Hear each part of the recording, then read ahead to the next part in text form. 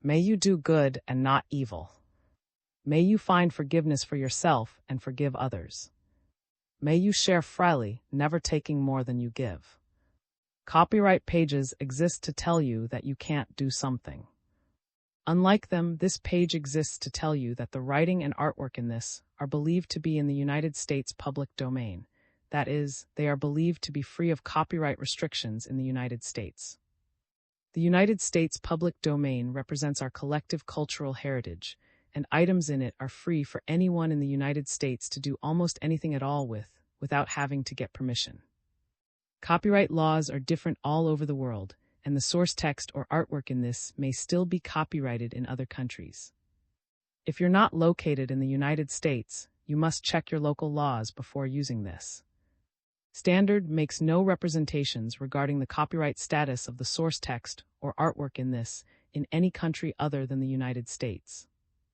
Non-authorship activities performed on items that are in the public domain's so-called sweat of the brow work don't create a new copyright. That means that nobody can claim a new copyright on an item that is in the public domain for, among other things, work like digitization, markup, or typography. Regardless, the contributors to this release their contributions under the terms in the CC01 Universal Public Domain Dedication, thus dedicating to the worldwide public domain all of the work they've done on this, including but not limited to metadata, the imprint, colophon, this, and any changes or enhancements to, or markup on the original text and artwork. This dedication doesn't change the copyright status of the source text or artwork. We make this dedication in the interest of enriching our global cultural heritage, to promote free and culture around the world, and to give back to the unrestricted culture that has given all of us so much. Table of Contents. Imprenta. Personi. You never can tell. Act I. Act II. Act III. Act IV. Act I. Act II. Act III. Act IV. Colophon. Landmarks. You never can tell. You never can tell. George Bernard Shaw. Act I in a dentist's operating room on a fine August morning in 1896. Not the usual tiny London den, but the best sitting room of a furnished lodging in a terrace on the seafront at a fashionable watering place. The operating chair, with a gas pump and cylinder beside it, is halfway between the center of the room and one of the corners. If you look into the room through the window which lights it, you will see the fireplace in the middle of the wall opposite you, with the door beside it to your left, an MRCS diploma in a frame hung on the chimneypiece, an easy chair covered in black leather on the hearth, a neat stool and bench with vise, tools, and a mortar and pestle in the corner to the right. Near this bench stands a slender machine like a whip provided with a stand, a pedal, and an exaggerated winch.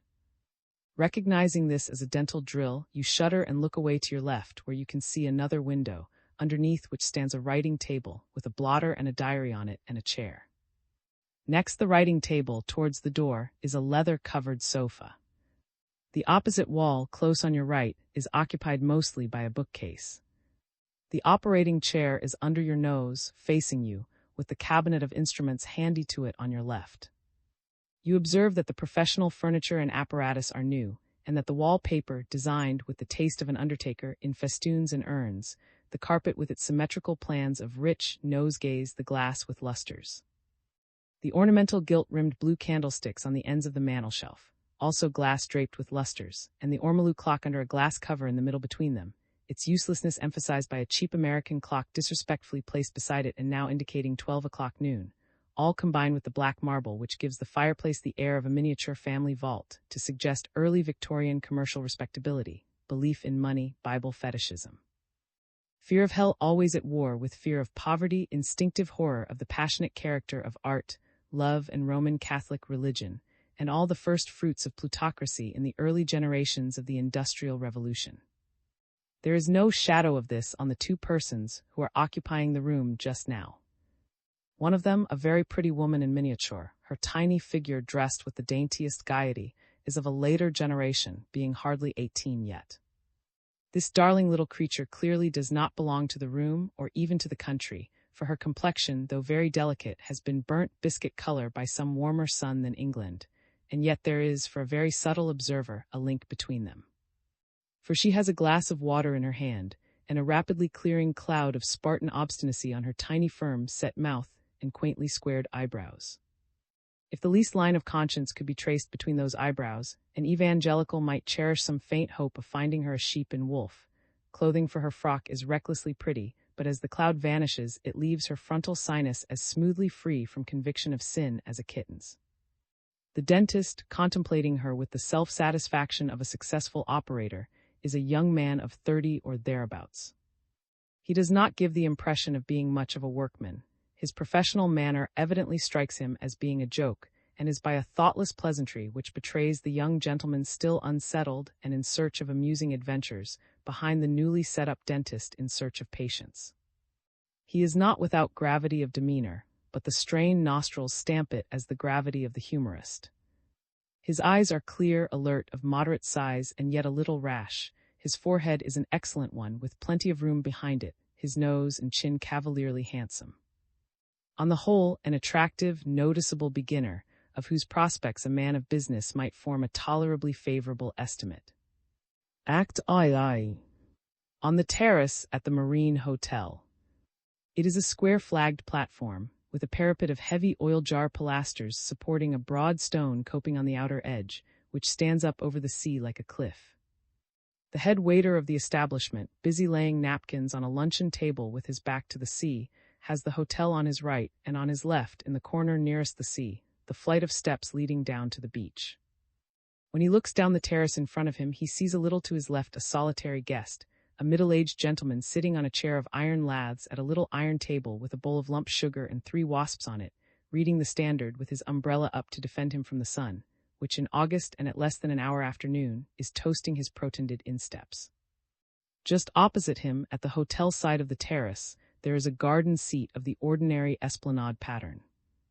Access to the hotel for visitors is by an entrance in the middle of it, reached by a couple of steps on a broad square of raised pavement. Nearer the parapet there lurks a way to the kitchen, masked by a little trellis porch. The table at which the waiter is occupied is a long one, set across the terrace with covers and chairs for 5, 2 at each side and 1 at the end next the hotel. Against the parapet, another table is prepared as a buffet to serve from. The waiter is a remarkable person in his way. A silky old man, white-haired and delicate-looking, but so cheerful and contented that in his encouraging presence ambition stands rebuked as vulgarity, and imagination as treason to the abounding sufficiency and interest of the actual. He has a certain expression peculiar to men who have been extraordinarily successful in their calling, and who, whilst aware of the vanity of success, are untouched by envy. The gentleman at the iron table is not dressed for the seaside. He wears his London frock coat and gloves, and his tall silk hat is on the table beside the sugar bowl.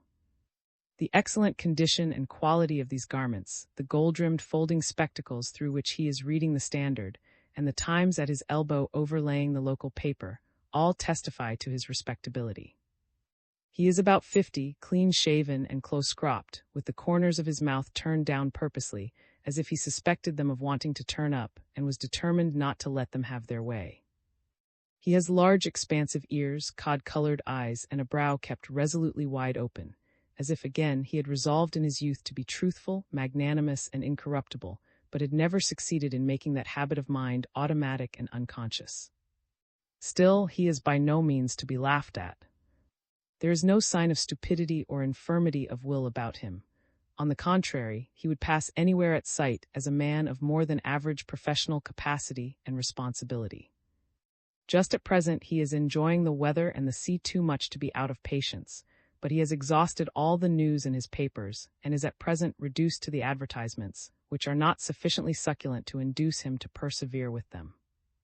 Act II. The sitting room in the hotel. An expensive apartment on the ground floor, with a French window leading to the gardens. In the center of the room is a substantial table, surrounded by chairs, and draped with a maroon cloth on which opulently bound hotel and railway guides are displayed. A visitor entering through the window and coming down to the central table would have the fireplace on his left, and a writing table against the wall on his right, next the door, which is further down. He would, if his taste lay that way, admire the wall decoration of in plum color and bronze lacquer, with dado and cornice, the ormolu consoles in the corners, the vases on pillar pedestals of veined marble with bases of polished black wood, one on each side of the window, the ornamental cabinet next the vase on the side nearest the fireplace, its center compartment closed by an inlaid door, and its corners rounded off with curved panes of glass protecting shelves of cheap blue and white pottery.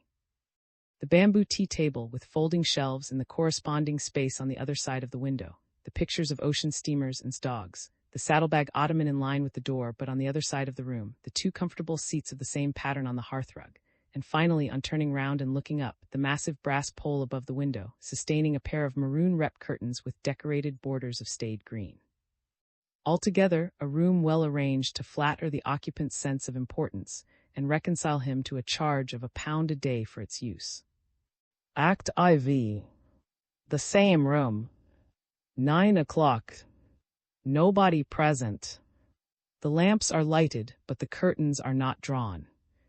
The window stands wide open, and strings of Chinese lanterns are glowing among the trees outside, with the starry sky beyond.